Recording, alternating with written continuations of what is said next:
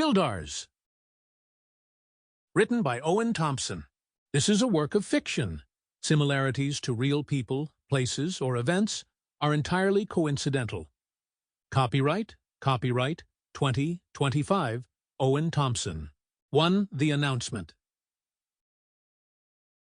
The alarm on David's phone chirped relentlessly, glowing somewhere across the room. He groaned, rubbing his face with newly calloused hands. A half-hearted attempt at sleep had left him tangled in sheets that hadn't been washed in weeks. He surveyed the room, no longer the organized world he knew, but a dank little apartment in a part of town he wouldn't have set foot in a few years ago. Life was a mess. He was a mess. The bed creaked sitting up, head pounding, mouth dry. His phone was somewhere, probably buried under the unopened mail on the desk, or maybe still in his jacket pocket from last night. Not that it mattered. Nothing pressing was waiting for him these days. The calls from his daughter were becoming less frequent now that she was halfway across the country.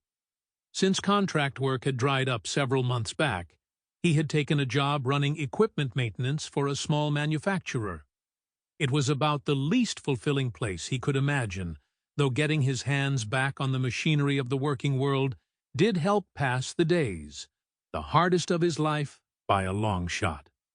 Pulling on the same clothes from yesterday, he stepped over the debris, crumpled receipts, a pocket knife, a takeout box that should have been thrown away days ago. The door stuck before giving way, and he stepped into the salty morning air. It took a few blocks to register, but the streets felt different this morning. The usual murmur of city life, the honking, the hum of early commuters, was off, just slightly. A woman clutched her phone as she rushed past, her voice hushed and urgent. A man leaned against his car, staring into nothing. Conversations and the faces attached to them had an edge, sharp and clipped. David kept walking, the cold biting at his exposed skin, his thoughts dulled by routine. The diner's door jingled as he stepped inside. The usual crowd was there, but something felt off. People hunched over their phones, talking in low voices.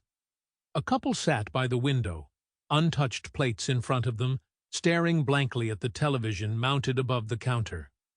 Even the waitress, usually quick with a weary smile, had a crease in her brow as she poured a cup of coffee with one hand and scrolled through her phone with the other.